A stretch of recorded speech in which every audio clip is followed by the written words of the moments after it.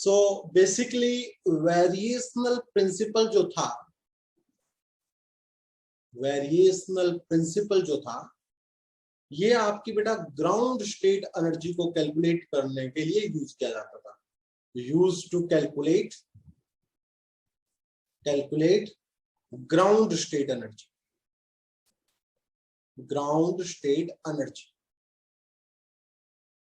Now इसके कुछ steps होते थे। उन स्टेप्स की अगर बात करूं तो मैंने स्टेप नंबर 1 बताया था बेटा कि हम एक ट्रायल वेव फंक्शन को चूज करते हैं। We choose a trial wave function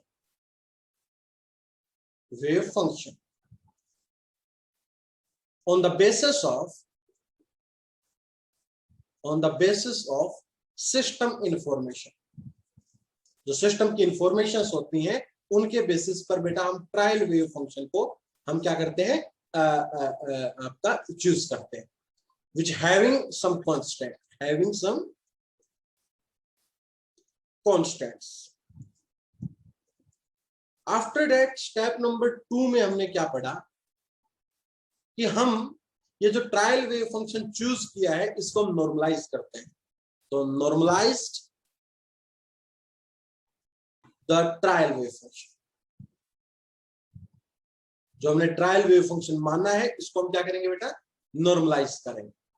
step number 3 की बात की मैंने कि 3 स्टेप में हम निकालेंगे expectation value of energy। We have to calculate the expectation value of energy। Means हम E expectation value निकालेंगे, जो कैसे निकलती है बेटा नॉर्मली हमारी 5 स्टार H5 into डेटा। ये हमारा स्टेप नंबर 3 था। एंड स्टेप नंबर 4 बताया मैंने कि हम मिनिमाइज करेंगे, द एक्सपेक्टेशन वैल्यू। इस एक्सपेक्टेशन वैल्यू को हम मिनिमाइज करेंगे टू फाइंड द कॉन्स्टेंट्स। जो भी वेव फंक्शन में हमने कांस्टेंट माने हैं उन कांस्टेंट्स की वैल्यू निकालने के लिए हम मिनिमाइज करेंगे। तो हम इस इक्वेशन को उन कांस्टेंट्स के रेस्पेक्ट में डेरिवेटिव कर देंगे और मिनिमा की कंडीशन क्या है बेटा कि the derivative must be equal to 0। और यहां से हम सी को क्या कर लेंगे बेटा, फाइंड कर लेंगे। And now the last step number 5, put this value of C in expectation value, so we get ground state energy। So basically these are the 5 steps involved in the variational principle। कि सबसे पहले trial wave function को assume करेंगे, उसको normalise करेंगे, उसके expectation values निकालेंगे, उसको मिनिमाइज करेंगे और मिनिमाइज करके जो कांस्टेंट आया उसको एक्सपेक्टेशन वैल्यू इनपुट कर देंगे और वही आपकी ग्राउंड स्टेट एनर्जी होगी। सो लास्ट क्लास में हम इतना ही काम कर पाए थे। उसके बाद मैंने आपको बेटा एक एग्जाम्पल के तौर पर हाइड्रोजन एटम की ग्राउंड स्टेट एनर्जी के बारे में स्टार्ट किया। हाइड्रोजन एटम,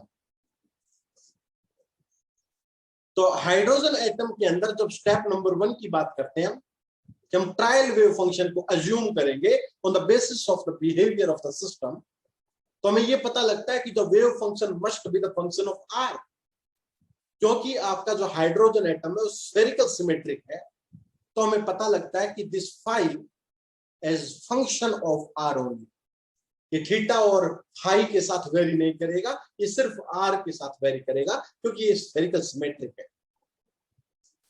दूसरी बात पता लगा कि जो इलेक्ट्रॉन डेंसिटी है वो जैसे जैसे हम न्यूक्लियस से दूर जाते हैं the density will be decreases.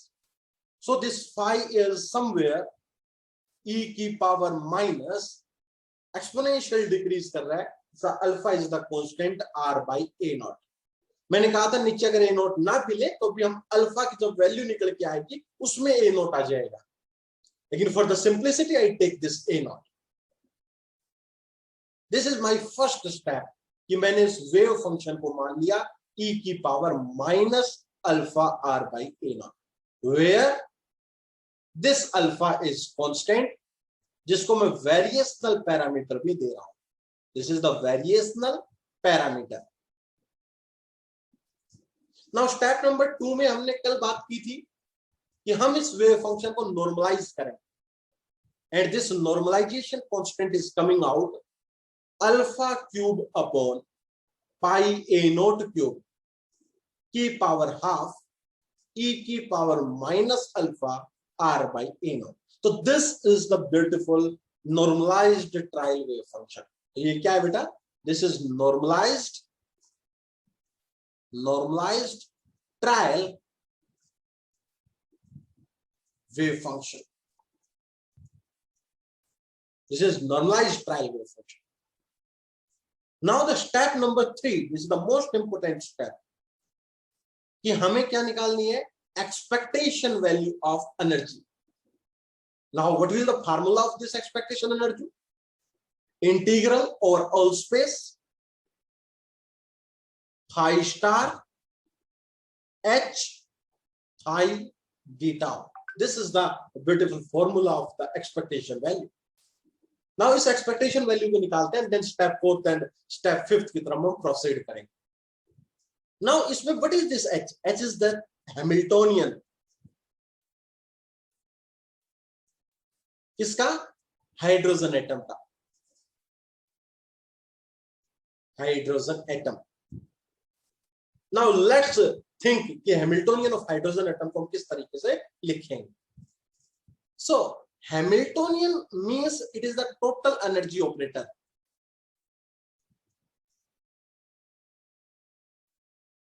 तो टोटल एनर्जी होती है काइनेटिक एनर्जी प्लस में potential energy. Now kinetic energy का एक्सप्रेशन हम अच्छी तरीके से जानते हैं, minus h cut square by we can say that 2 mu या 2m. तो म्यू लेके कर लो रिड्यूस मास, क्योंकि अगेन द हाइड्रोजन एटम के अंदर एक प्रोटॉन है और एक इलेक्ट्रॉन है, तो ये भी एक रिड्यूस मास सिस्टम बनेगा. 2 बॉडी को हमें एक बॉडी में कन्वर्ट करना पड़ेगा. यहां मास ऑफ प्रोटॉन है और यहां क्या है बेटा? इलेक्ट्रॉन है. हालांकि इस म्यू का फार्मूला, म्यू क्या होता है बेटा? देखो me into mp upon me plus mp. तो अगर मैं देखूं mu is equal to me और मास ऑफ प्रोटॉन होता है लगभग 1836 टाइम मास ऑफ इलेक्ट्रॉन, कई बार 1837 भी लिख देते हैं. Similarly me plus 1836 time me, तो कितना बच गया? 1836 me का स्क्वायर डिवाइड बाई 1837 me. तो नियरली 1836 बटे 1837 लगभग नियरली इक्वल टू मैं me ही कह देता हूं. तो रिड्यूस मास को हाइड्रोजन एटम के केस में मैं जस्ट m से भी रिप्लेस कर सकता हूं. That is the mass of the electron. मैंने बताया था कि एक 2 बॉडी प्रॉब्लम को हम एक बॉडी में कन्वर्ट कर सकते हैं bye reduce mass. This mu is this. तो हाइड्रोजन एटम के केस में ये रिड्यूस मास मैं me ही ले सकता हूं. तो कई बार मैं जस्ट इसको बेटा me ले लूंगा, m ले लूंगा. m का मतलब समझ गए ना बेटा? It the mass of the electron. ठीक है, मैंने बता दिया कि this reduce mass is equal to me del square, very good, plus potential energy. अगर बेटा r डिस्टेंस है तो पोटेंशियल एनर्जी का एक्सप्रेशन क्या आएगा बेटा? E और इलेक्ट्रॉन पे minus C divide by R. So this is the Hamiltonian minus h cut square by 2m del square minus e square by r. ये मेरा हैमिल्टोनियन आ चुका है. किसका? हाइड्रोजन एटम का. नाउ अगर इस डेल स्क्वायर की बात करूं तो डेल स्क्वायर होता है लाप्लास ऑपरेटर. इसकी वैल्यू कार्टेशियन कोऑर्डिनेट में होती है curly by curly x square plus curly square by curly y square plus curly square by curly z square. ये किसमें होती है बेटा? कार्टेशियन कोऑर्डिनेट में. Cartesian coordinate. But hydrogen atom is spherical symmetric. तो अगर हम स्फेरिकल सिमेट्रिक की बात करें,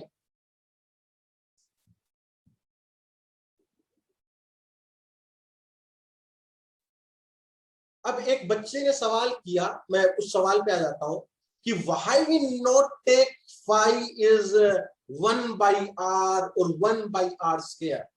बच्चे का अभी चैट में मैंने क्वेश्चन देखा, why we said it is the e की power minus alpha r by a naught, why exponentially decreasing? Because बेटा from the experiment or from the Rutherford model ये पता लगा कि जो इलेक्ट्रॉन्स की डेंसिटी है वो न्यूक्लियस के साथ कोई इनवर्सली प्रोपोर्शनल टू आर या inversely proportional to r square नहीं है, वो डेंसिटी एक्सपोनेंशियली डिक्रीज कर रही है. This is results coming from the Rutherford model. Alpha scattering method आपने पढ़ा होगा. उसने न्यूक्लियस को स्टडी किया, न्यूक्लियस के सराउंडिंग को स्टडी किया, तो उसने पता लगा. और कई आपके मेथड साइज स्कैटरिंग मेथड जिन्हें कहते हैं कि पार्टिकल्स उस पर डाले गए, तो ये देखा गया कि जो आपकी जो डेंसिटी है, जो आपकी इलेक्ट्रॉन डेंसिटी है न्यूक्लियस के अराउंड, वो not only inversely proportional to r और inversely proportional to r square, but is exponentially decreasing. That's why मैंने यहां पर एक्सपोनेंशियली डिक्रीजिंग किया है.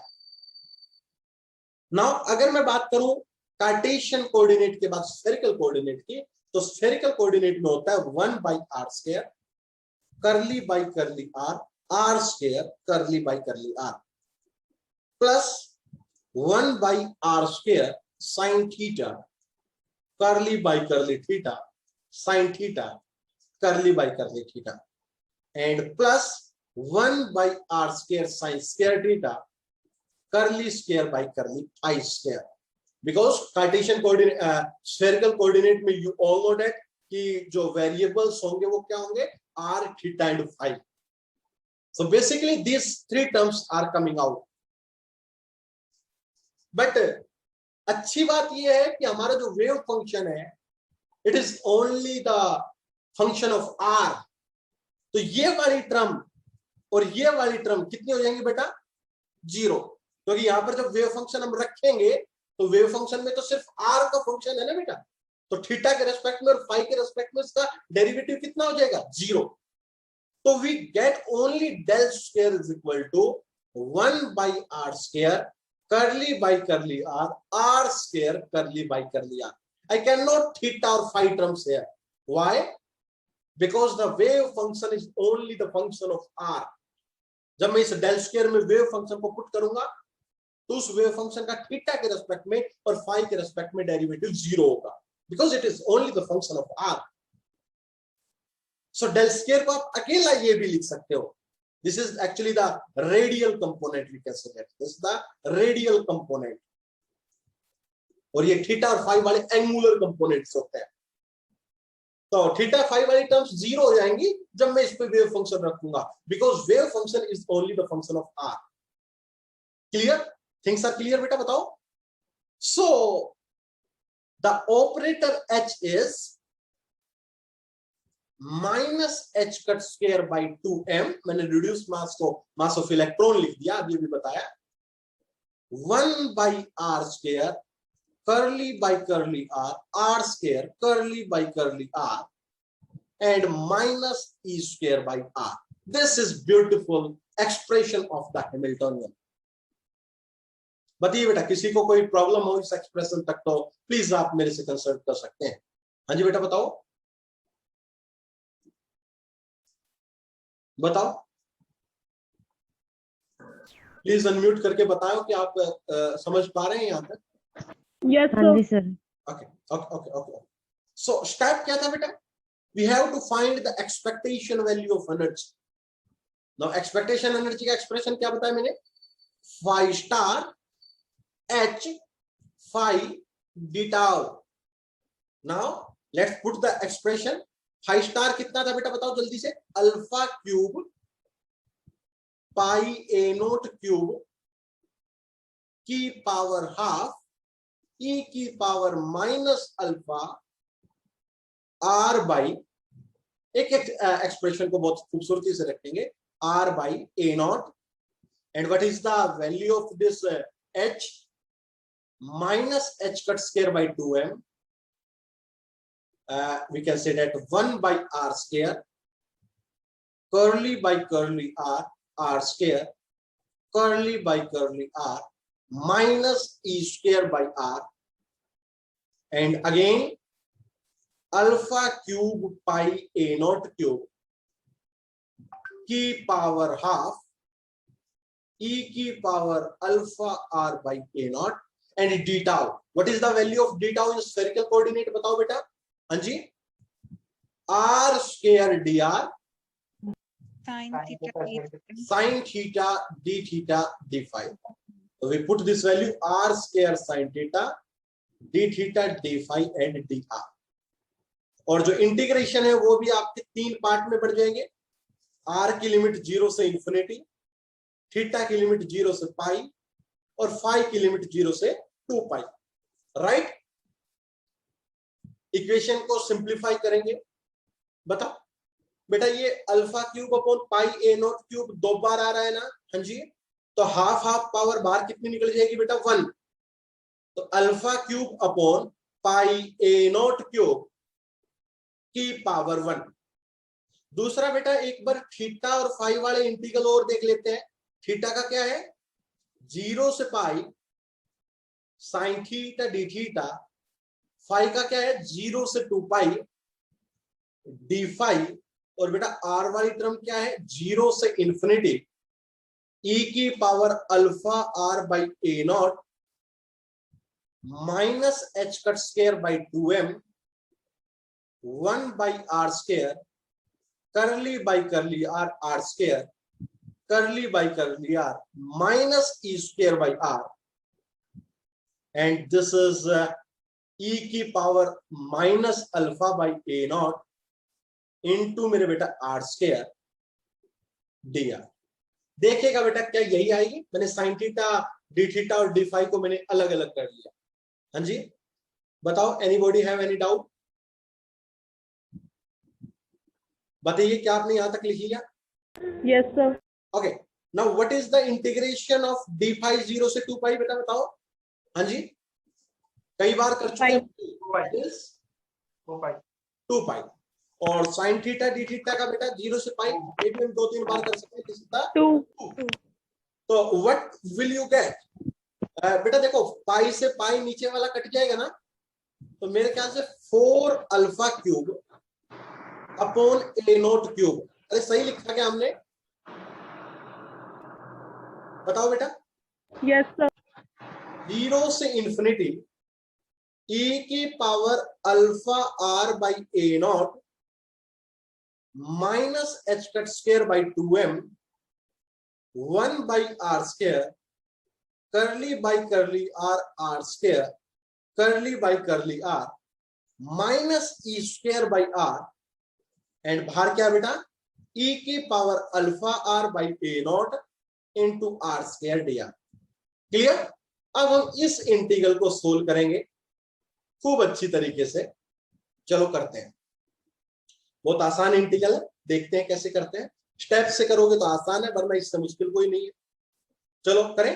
मैं आगे पेज को टिल्ट करूं. बताओ बेटा. हाँ जी. Yes sir. सो बेटा यहां पर मैं 2 टर्म्स लिख लेता हूं. देखो क्या कौन कौन सी. एक तो बेटा इस ई का मल्टीप्लाई इसके साथ और इसके साथ, राइट. और दूसरी टर्म बेटा ई का multiply minus e square by r और इसके साथ. तो 2 टर्म लिख सकते हैं ना हम? बताओ प्लीज. Yes sir. तो मैं 2 टर्म लिखता हूं. क्या? 4 alpha cube upon a naught cube. ये तो बाहर आ गया पूरा का पूरा. और अंदर मैं 2 टर्म लिखता हूं बेटा. एक तो इंटीग्रेशन की है 0 से इंफिनिटी ई की पावर क्या बेटा? Alpha r by a naught minus h cut square by 2m 1 by r square curly by curly r r square curly by curly r r. क्या आ गया बेटा यहां पर? बताओ जल्दी से. ई का, हाँ जी बेटा, e minus e raise to the power minus alpha r by क्या बेटा? A naught. ठीक है, into r square d r. बेटा यही आएगा पहली टर्म. देखो. हाँ जी, ये ऑपरेट कर रहा है इसके ऊपर. इनटू बेटा ये आर स्क्वायर डी आर. और देखो ये ऐसे कर दिया मैंने सिंपली बेटा. देखो ये r square d r actually इस आर स्केयर से कंफ्यूज मत होना बेटा, ये तो इस डी टाउ का आर स्केयर है ना बेटा। हाँ जी, हाँ जी सर। तो इसको बेशक बेटा आप क्या कर सकते हो, सबसे आगे लिख लो ताकि कंफ्यूजन ना आए। आर स्केयर को बेशक आप क्या लिख लो बेटा, सबसे आगे लिख लो ताकि कंफ्यूजन ना आए।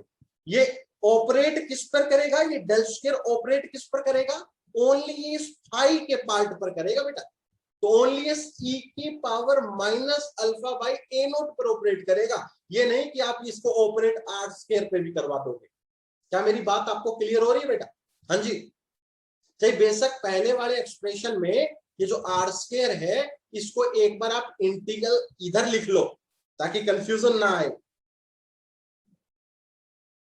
ठीक है बेटा, ये आर स्केयर डी आर जो है, इसका ये जो आर स्केयर है इसको बेशक आप स्टार्टिंग में लिख लो, वरना आप इस करली बाई करली आर में अप्लाई कर दोगे इसको, इस पे इसको अप्लाई नहीं करना है, ये अलग पार्ट है। समझे यहां तक? आगे चलो थोड़ा सा। Yes, sir. तो ये आर स्केयर बिल्कुल अलग है बेटा। और दूसरी टर्म माइनस 0 से इंफिनिटी, हाँ जी, ई स्क्वायर बाई आर, एक आर स्क्वायर है बेटा, और ई की पावर मेरे ख्याल से -2 alpha r by a naught बच जाएगी। प्लीज चेक इट, क्या ये बचेगी या नहीं बचेगी? Yes. मैं आपको दोबारा करके बता देता हूं ये टर्म कैसे आई। देखो बेटा, ये वाली टर्म एक बार तो इसके साथ मल्टीप्लाई हुई और फिर इसके साथ मल्टीप्लाई हुई, और बेटा ये वाली टर्म एक बार इसके साथ मल्टीप्लाई हुई और फिर इसके साथ मल्टीप्लाई हुई। तो बताओ e की power minus alpha by r naught upon e की पावर माइनस अल्फा, तो ऊपर -2 अल्फा वाली बच गई ना बेटा? हाँ जी, बताओ। तो ये आपके दो टर्म्स जो हैं वो बन चुकी हैं सेपरेट सेपरेट। प्लीज इस स्टेप को बहुत अच्छे से करें। देखो बेटा, अब थोड़ा सा काम करते हैं, ये आर स्क्वायर मैं इस आर स्क्वायर से कैंसिल कर सकता हूं, ये आर इस एक आर से कैंसिल हो जाएगा। तो थोड़ा और अर्थ लिखूं, 4 alpha cube upon a naught cube 0 से इंफिनिटी ई की power minus alpha by a naught, और बेटा ये minus h cut square by 2m भी कॉन्स्टेंट है तो बाहर ले लो, बाहर ले लिया, curly by curly r, r square curly by curly r e की power minus alpha r by a naught into मेरे बेटा डी आर, और दूसरा इंटीग्रल 0 से इंफिनिटी ई स्क्वायर कॉन्स्टेंट बाहर है और आर ई की power -2 alpha r by a naught into d r. शायद आपका ये इंटीग्रल की दो टर्म्स बच जाएंगी। अब हम इनको सोल्व करते हैं सेपरेटली, अलग अलग, और फिर इस इक्वेशन में पुट कर देंगे। बताओ बेटा, यहां तक आप स्टेप कर पाए या नहीं कर पाए? The most important step is this, कि जब आपने h की वैल्यू को पुट किया और इनसे दो सेपरेट टर्म बना ली। बेटा एक चीज कंफ्यूज बिल्कुल मत होना, वरना दिक्कत आ जाएगी। मैं बता रहा हूं दोबारा, ये आर स्क्वायर किसके साथ था बेटा? आर स्क्वायर डी आर, ये कोई वेव फंक्शन के साथ नहीं था। इसलिए जो ऑपरेटर करली बाई करली आर ऑपरेट करवाऊंगा वो ये आर स्क्वायर इसके अंदर मत ले लेना, वरना ये पता नहीं क्या ही आ जाएगा नजर। ये आर स्क्वायर बाहर रहेगा बेटा, आर स्क्वायर तो डिटाओ के साथ था ना बेटा, ये वेव फंक्शन में थोड़ी था। तो और ऑपरेटर किस पर ऑपरेट करेगा? सिर्फ वेव फंक्शन पर ऑपरेट करेगा। क्लियर? हाँ जी बताइए, क्या ये दो Yes, sir. बनी? हाँ जी, Yes, sir. थोड़ा सा और करते हैं। 4 alpha cube upon a naught cube minus h cut square by 2m 0 से इंफिनिटी ई की power minus alpha by a naught curly by curly r into r square. बताओ बेटा, इस इक्वेशन का अगर मैं आर के रेस्पेक्ट में डेरिवेटिव कर दूंगा, व्हाट आई गेट? कोई बच्चा बता सकता है? हाँ जी, अरे बेटा ई की power minus alpha r by a naught into में minus alpha into a naught. अरे यही तो बचेगा, हाँ जी सर। माइनस ई स्क्वायर 0 से इंफिनिटी आर ई की power 2 alpha r by a naught into d r. बेटा ये alpha by a naught again एक कांस्टेंट आ गया, इसको भी मैं बाहर ले लेता हूं। तो 4 alpha cube a naught cube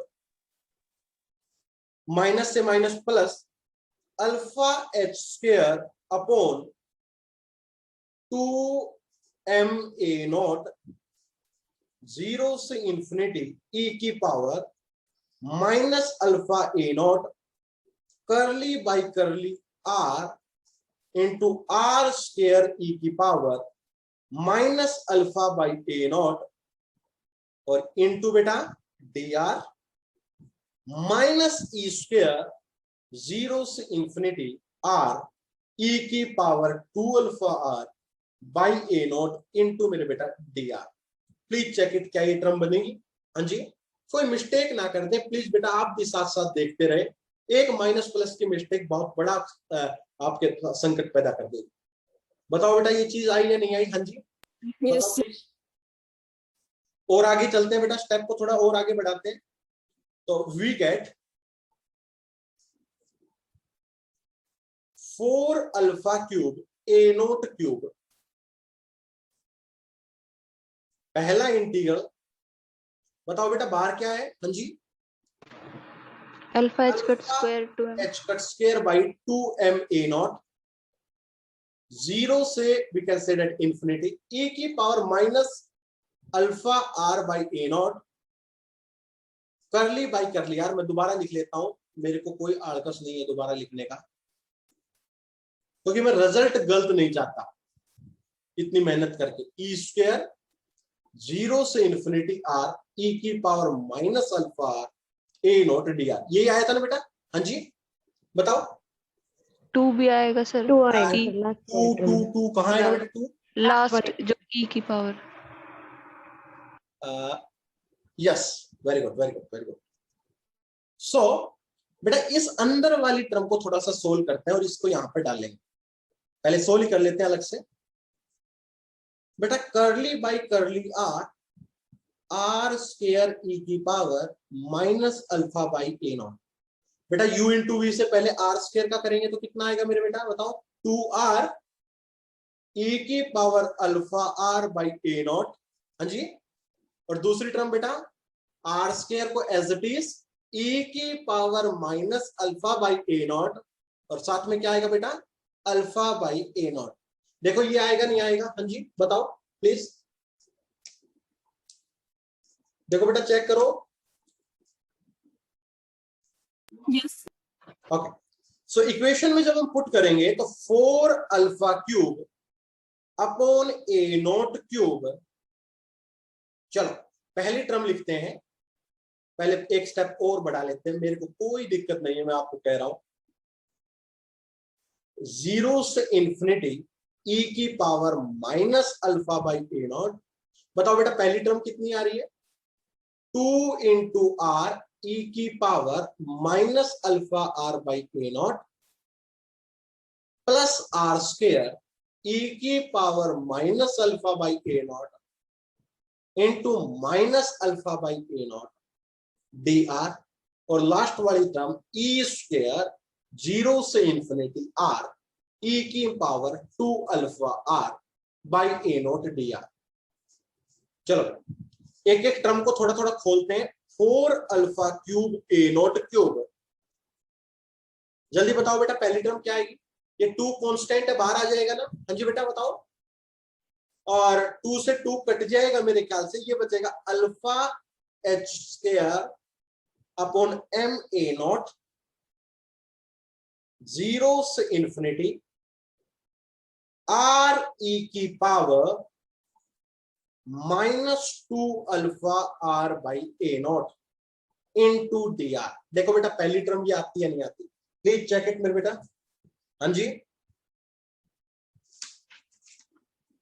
plus अब की बार minus alpha by a naught अंदर जाएगा तो मेरे ख्याल से माइनस साइन आ जाएगा बेटा, साथ में alpha square h cut square upon 2ma0 square 0 से इंफिनिटी और r स्क्वायर e की power -2 alpha r a0 dr, ये दूसरी टर्म। और तीसरी टर्म e स्क्वायर 0 से इंफिनिटी r e की power 2 alpha r upon a0 dr। Please बेटा चेक इट, क्या आपको ये टर्म आई या नहीं आई। एक एक स्टेप देख लेंगे, कोई जल्दी नहीं है, कोई दबाव नहीं है, एक एक स्टेप देख के करेंगे तभी क्वेश्चन सोल्व होंगे। बताओ बेटा। तो सब्जेक्ट को मुश्किल नहीं बनाना है, सब्जेक्ट को हमें आसान बनाना है, और आसान सिर्फ और सिर्फ एक तरीके से बन सकता है, कैलकुलेशन ज्यादा से ज्यादा करेंगे। बताओ बेटा क्या चीजें समझ। पहले क्रम में 2 आएगा, 2r। कहां पर बेटा, कहां पर बताओ। पहले क्रम फर्स्ट इंटीग्रल 0 to infinity। अरे यार ये अल्फा एक्स स्क्वायर अपॉन 2 नीचे वाला कैंसिल कर दिया भाई। ठीक है, तो क्या बच गया 4 alpha cube upon a0 cube. बेटा देखो ये वाली टर्म रिपीट हो रही है, ये वाला इंटीग्रल रिपीट हो रहा है, देखो हो रहा है ना बेटा। तो इसको कॉमन ले लो, तो कॉमन ले लोगे तो क्या टर्म आएगी alpha h square upon ma0 minus e square, और ये वाली टर्म 0 से इंफिनिटी आर ई की power -2 alpha a0 into d r. और दूसरी टर्म कितनी आई बेटा बताओ जल्दी से। हाँ जी, minus alpha square h cut square upon 2ma0 square 0 से इंफिनिटी आर स्क्वायर ई की power -2 alpha r a0 into d r. ये मेरे पास ब्यूटीफुल 2 रिजल्ट्स आ चुके हैं। हाँ जी, प्लीज चेक इट, क्या आपको यहां तक आ गया। हाँ जी देखो बेटा एक भी स्टेप गलत ना हो, देखो प्लीज। अरे बेटा आ गया नहीं आ गया। Yes, sir. Yes, sir. इसको मैं पहला इंटीग्रल मानता हूं बेटा, अलग से इंटीग्रल सोल्व कर लूंगा, this is first one, and इस इंटीग्रल को सेकंड वन मानता हूं। मैं इन दोनों को फर्स्ट और सेकंड को सोल्व कर लेता हूं। After solving we put here and then we get the expectation value of energy. So पहले को सोल्व करते हैं, देन सेकंड को सोल्व करते हैं। बताओ बेटा मैं पेज को टर्न करूं। हाँ जी Yes, sir. Yes, sir. Okay. So तो पहला इंटीग्रल आएगा क्या है बेटा बताओ, 0 से इंफिनिटी आर ई की power -2 alpha r by a0 into d r. कोई बच्चा सोल्व करके दिखाएगा। विकास, विकास एक अनम्यूट करेगा अपने आप को, विकास।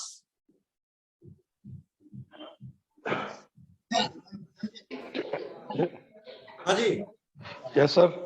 चलो सोल्व करके दिखाओ इसको। ये फर्स्ट पार्ट, ये सेकंड पार्ट।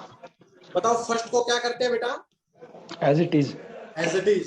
सेकंड का इंटीग्रेशन कितना -2 alpha r by a0 divide by बेटा -2 alpha by a0, right. 2 alpha r naught. R क्यों आएगा नीचे, कॉन्सेप्ट नीचे नहीं, 2 अल्फा बाई ए नोट। हाँ वेरी गुड। माइनस इस आर का क्या कर दे बेटा बताओ जल्दी से, डेरिवेटिव। आर का डेरिवेशन कितना आएगा 1। ये वाली टर्म का इंटीग्रेशन, तो इसका इंटीग्रेशन कितना होगा बेटा e की power -2 alpha r by a naught. और नीचे वाली स्क्वायर का मेरे ख्याल से स्क्वायर हो जाएगा ना बेटा टर्म का, 2 स्क्वायर हो जाएगा सर इसका। Very good. And the limits are बताओ बेटा 0 to infinity। इन्फिनिटी। नाउ बेटा बताओ जब हम इन्फिनिटी लिमिट पुट करेंगे तो e की पावर -इन्फिनिटी की वजह से सारी चीज 0 बन जाएगी। हाँ जी यस सर। माइनस जब मैं 0 पुट करूंगा तो बेटा 0 की वजह से पहली टर्म 0 बन जाएगी ना, क्योंकि 0 Yes, sir. r की जगह 0 रखोगे तो 0 इंटू समथिंग 0 बन जाएगी। बताओ यस सर। सिर्फ दूसरी टर्म बचेगी कितनी, माइनस, और बेटा e की पावर 0 कितनी होती है 1। ये 1 a0 अपॉन 2 अल्फा का होल स्क्वायर, ऐसा बचेगा क्या बेटा। Yes sir. तो a naught square upon 4 alpha square. देखो बेटा, क्या आपका पहला इंटीग्रल की वैल्यू ये आई है? हाँ जी, ओके। दूसरा इंटीग्रल की वैल्यू बताएगा कोई और बच्चा? कोई और बच्चा बताएगा? कोई भी एक बच्चा अनम्यूट करे और बताए। हाँ जी सर। हाँ, उमेश बताएगा। R square r square as it is, very good. Power minus 2 alpha r by a naught, r by a naught upon में 2 अल्फा ए नोट, 2 नहीं बेटा, -2 alpha minus 2 alpha a naught, minus, अगला बताओ बेटा, r square का 2 r 2r, very good. e की power minus 2 2 alpha alpha r by a naught. नीचे बेटा -2 alpha alpha by a naught का whole square, whole square, very good. आगे बेटा प्लस प्लस 2r का 2 2, वेरी गुड। e की power minus 2 alpha r upon a naught, 2 alpha r by a naught upon नीचे क्या हो जाएगा बेटा इसका? माइनस 2 अल्फा ए नोट की पावर 3। इसका कितना हो जाएगा? क्यूब। हाँ जी, ऐसे ही बचेगा ना? हाँ, हाँ जी, और लिमिट बताना। 0 से इन्फिनिटी। 0 से इन्फिनिटी। तो जब आप इन्फिनिटी लिमिट पुट करोगे तो बेटा सारी टर्म्स जीरो बढ़ जाएंगे ना। e की पावर माइनस इन्फिनिटी कितनी होती है? 0। हाँ जी सर। और जब 0 पुट करोगे तो बताओ बेटा, पहली और सेकंड टर्म 0 बढ़ जाएगी ना? क्यों क्यों हाँ बेटा? सर, आर है सर आर की जगह 0 पुट करोगे तो 0 इंटू समथिंग, 0 इंटू समथिंग, ये भी 0 बढ़ जाएगा। हाँ तो जी सर, सिर्फ क्या बचेगा? 2 into 2 into a 1 upon naught upon 2 alpha का क्यूब, राइट? माइनस आएगा सर, माइनस आएगा। माइनस ये बेटा कितना आ गया देखना जरा, a naught cube upon 4 alpha cube. देखो बेटा ये बना क्या? हाँ जी सर, बेटा 8 था नीचे, 2 से कट गया तो 4 बच गया। हाँ जी, हाँ जी सर, पक्का? हाँ जी, okay, very good. So first और सेकंड इंटीग्रल की अगर वैल्यू आ गई तो पुट कर दो भाई। चलो पुट करते हैं। तो एक्सपेक्टेशन वैल्यू ऑफ एनर्जी जो आई वो क्या आई? बार क्या था बेटा, बताओ जल्दी से। हाँ जी, बार कितना आया था बेटा? 4 alpha 4 alpha cube upon a naught cube, a naught cube, very good. Term के स्टार्टिंग में क्या था बेटा, बताओ जल्दी से। Alpha h cut square alpha h cut square upon m upon a naught m a naught square या m a naught just m a naught sir, minus e square. और पहले इंटीग्रल की वैल्यू कितनी आई है बेटा? A square upon 4 alpha square, a naught square a naught square upon 4 4 alpha square alpha square. अगली बताओ बेटा, माइनस अगली term alpha square h cut square alpha square h cut square upon 2m a naught square. 2m a naught square. और sir second integral की value a naught cube upon 4 alpha a naught cube upon 4 alpha cube. 4 alpha cube. चलो बेटा काटते हैं जल्दी जल्दी से। So 4 alpha cube upon a naught cube. बताओ बेटा, पहली वाली टर्म के साथ मल्टीप्लाई होगी तो मेरे ख्याल से एच कट स्क्वायर, हाँ जी, एच कट स्क्वायर बेटा देखना, H cut square a naught square. एक खाली ए नोट बचेगा सर, एक नीचे है वो कैंसिल आउट हो जाएगा। ए नोट ऊपर बचेगा, yes.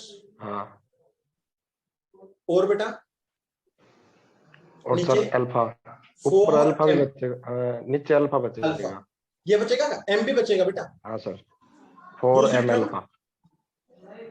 E square a naught square upon 4 alpha square. और तीसरी टर्म देखना बेटा, ऊपर बच गया ऊपर ए नोट बचेगा सर और नीचे अल्फा बचेगा। A naught upon 2m alpha. 2m alpha. Okay, बताओ बेटा पहली टर्म और लास्ट टर्म में क्या बचा बेटा? 1/4 माइनस 1/2 कितना होता है? अरे -1/4 नहीं आता क्या? एलसीएम करोगे तो -1/4। तो कितना आ गया? 4 alpha cube a naught cube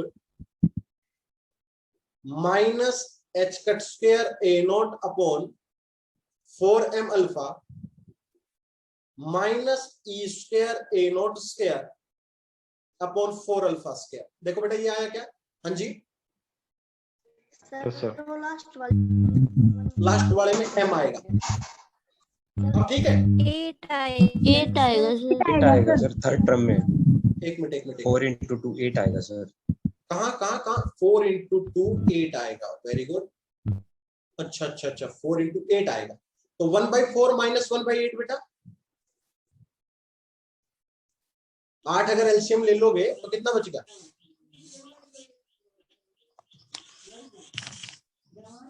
बेटा 1/8 आ गया क्या फिर? 1/8 आएगा यस सर। सर। तो 1/8 आएगा प्लस का, राइट? अब ठीक है, अब देखो। हाँ जी सर। हाँ जी m नहीं आएगा सर। ओके, अब ठीक है ना बेटा, अब सीख होगा मेरे ख्याल से। हाँ जी अब सही है, बताओ। Yes sir. अब एक बार बाहर वाली टर्म को और अंदर मल्टीप्लाई कर दो, तो 4 से करोगे तो नीचे 2 बच गया, ऊपर मेरे ख्याल से तो बच गया h कट स्क्वायर। बताओ बेटा क्या बचा ऊपर? h कट स्क्वायर, अल्फा ऊपर सर अल्फा स्क्वायर बचेगा। हाँ। अल्फा स्क्वायर अपॉन नीचे sir A naught 2 m m a note square. a note square minus, बताना बेटा आगे जाके 4 से 4 कट जाएगा, ऊपर एक तो e स्क्वायर बचेगा, एक अल्फा बचेगा sir. Upon a note 4 a note बचेगा सर खाली। नीचे सिर्फ a नोट बचेगा क्या? a नोट खाली a नोट। Yes sir. ये आ गई बेटा एक्सपेक्टेशन वैल्यू ऑफ एनर्जी। सो हमने अपना स्टेप नंबर 3 पूरा कर दिया, the expectation value of energy. बताओ हाँ जी, क्लियर है क्या? बताओ दूसरी क्लास का लिंक आया है नहीं आया, एक बार देखना ग्रुप पे। आ गया सर। आ गया सर। आ गया सर। तैयार बैठे रहते हैं, चलो कोई नहीं। हाँ, so in the last class we have discussed about the hydrogen atom, ground state energy of hydrogen atom की कहानी चल रही थी। और इस कहानी के अंदर हमने जो पहला स्टेप था वेरिएशनल प्रिंसिपल का, कि ट्रायल वेव फंक्शन को आपको अज्यूम करना है, तो वो आपने अज्यूम कर लिया था e की power minus alpha z by a naught, where a naught is the Bohr radius. Generally the value of this a naught is Bohr radius होता है, और इस Bohr radius के एक particular value भी आपकी रहती है, that is the h cut square by 2m. The value of this Bohr radius is h cut square by 2m. Second, इसको नॉर्मलाइज करना था, तो आपने एक नॉर्मलाइज किया, मेरे ख्याल से alpha cube upon pi a naught cube की पावर 1/2 ई की power minus alpha r by z naught, r आएगा सॉरी ऊपर, r by z naught. Clear? मेरे ख्याल से बेटा ए नोट सर। बेटा r by a naught. Now the third step is expectation value of the energy. और हमने ये एक्सपेक्टेशन वैल्यू ऑफ एनर्जी भी लास्ट क्लास में निकाल ली थी। तो बच्चों कितनी आई थी? h cut square alpha square upon 2m a not square minus e square alpha by a not. I think यही आई थी बेटा, बताओ प्लीज। हाँ जी, क्या एक्सपेक्टेशन वैल्यू ऑफ एनर्जी ये आई थी? Yes sir. Now the sir cube आएगा अल्फा के। क्यूब कहाँ था? यही आई थी ना बेटा? जी जी। हाँ यस सर। अब फोर्थ इक्वेशन का फोर्थ जो स्टेप था वो क्या था? हम इस e को मिनिमाइज करेंगे। क्या करेंगे? Minimize the expectation value of t and find constant. Constant क्या है? Find the alpha. इस अल्फा की वैल्यूज को हम क्या करेंगे बेटा? निकालेंगे। ये मेरा मोटिव है। सो ये काम करते हैं, चलो। सो मिनिमाइज का क्या मतलब होता है बेटा? दोबारा सुन लो, एक कहानी बताता हूं आपको मैं, कि मान लो कोई भी फंक्शन है, कोई भी फंक्शन इस तरीके से आपको वेरी कर रहा था। ये फंक्शन था f(x) जो x के साथ वेरी कर रहा था। अब आपको पता है इस x = x0 पर इस फंक्शन की मैक्सिमम वैल्यू है। तो maximum means this value is constant. The maximum या मिनिमम, या बात करूं मैं किसकी बेटा, मिनिमम। अगर ये कोई फंक्शन है और इस फंक्शन की इस वैल्यू को बात करूं x = x0 पर, तो मिनिमम और मैक्सिमम वैल्यूज ऑलवेज कांस्टेंट। तो अगर ये कांस्टेंट रहेगी तो इसका जो डेरिवेटिव रहेगा किसके साथ वेरी कर रही है बेटा, ये x के साथ वेरी कर रही है, तो डेरिवेटिव मस्ट बी 0, क्योंकि किसी भी कांस्टेंट चीज का डेरिवेटिव क्या होता है बेटा, 0 होता है। डेरिवेटिव बताता है चेंज के बारे में। तो आप देख सकते हो here the expectation value depend on this alpha.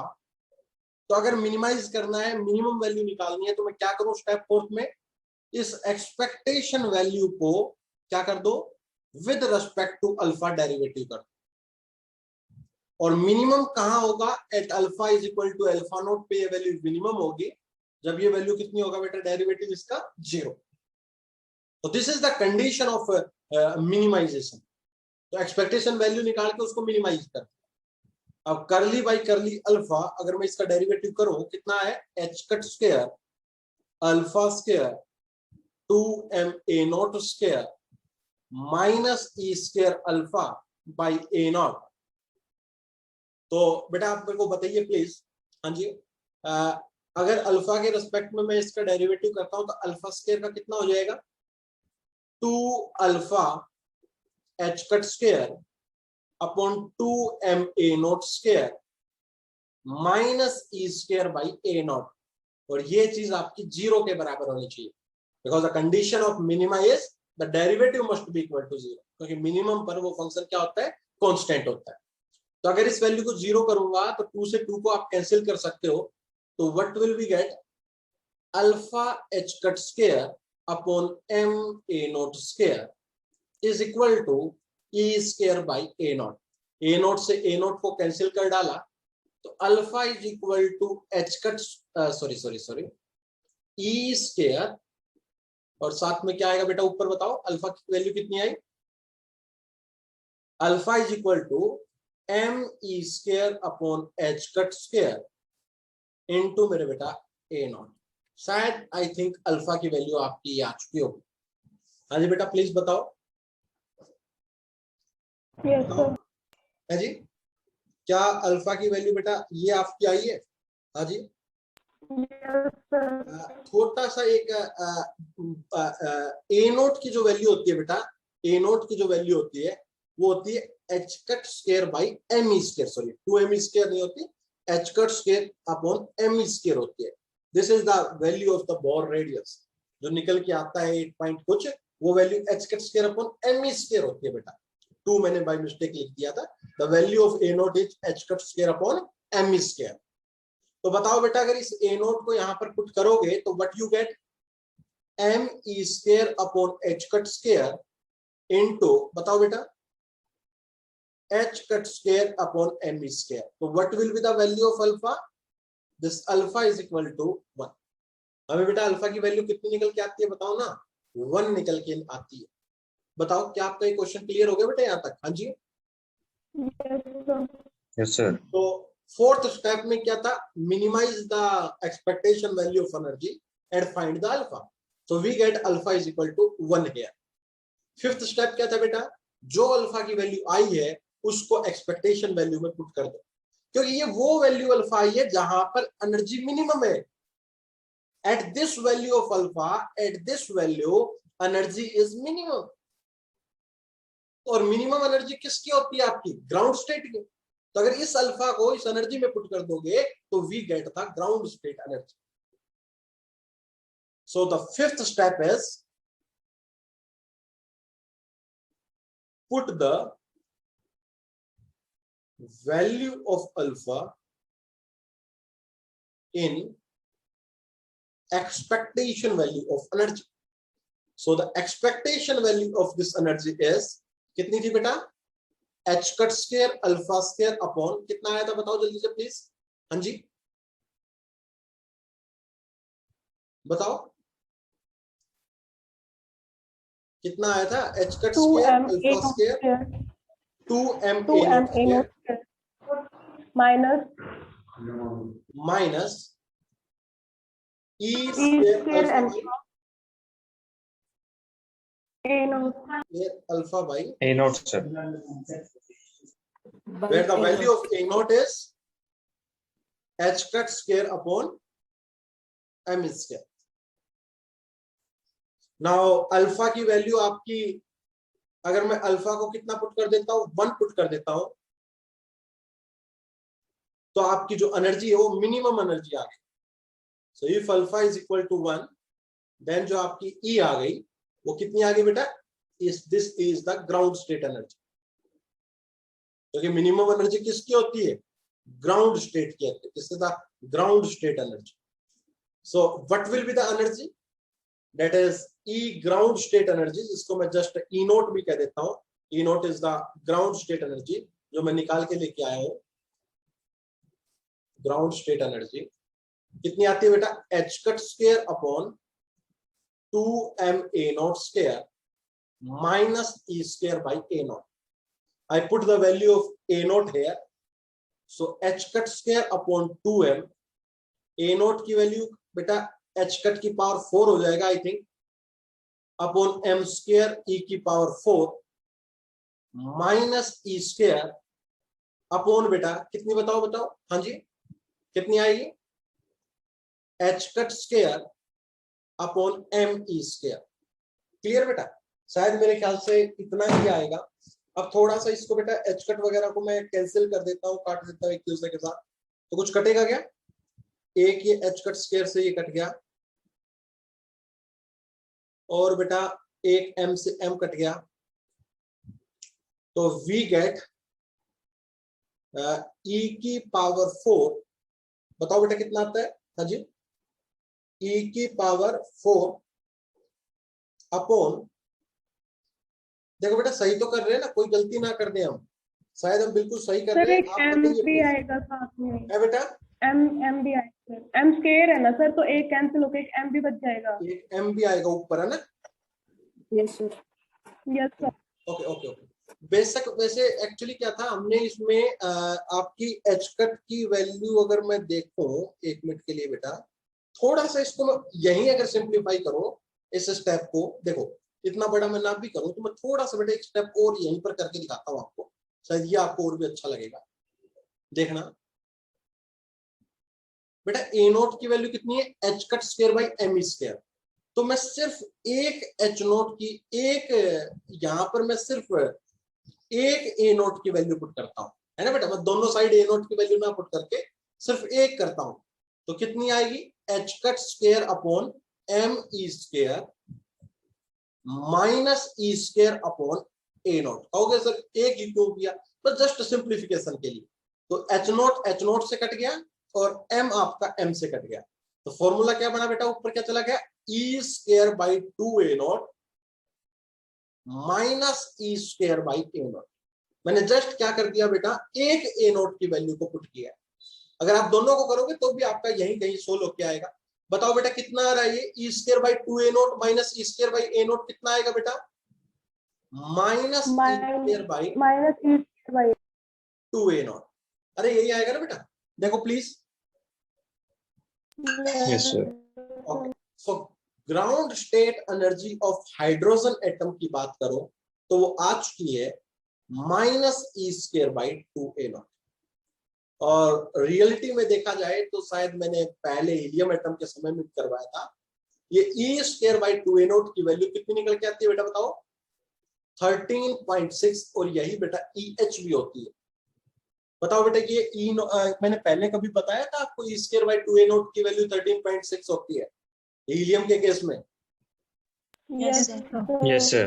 तो आपकी ई नोट जस्ट कितनी आ गई, ग्राउंड स्टेट एनर्जी कितनी निकल के आ गई बेटा, माइनस ई एच आ गई. तो बेटा आ गई नहीं आ गई, अरे जो वैल्यू 13.6 है, मैं आपकी जो आपने फर्स्ट ईयर में स्टूडेंट वेव इक्वेशन को सोल्व करके निकाल के लेके आए थे, वो आज आपने वेरिएशनल प्रिंसिपल से भी वही वैल्यू निकाल.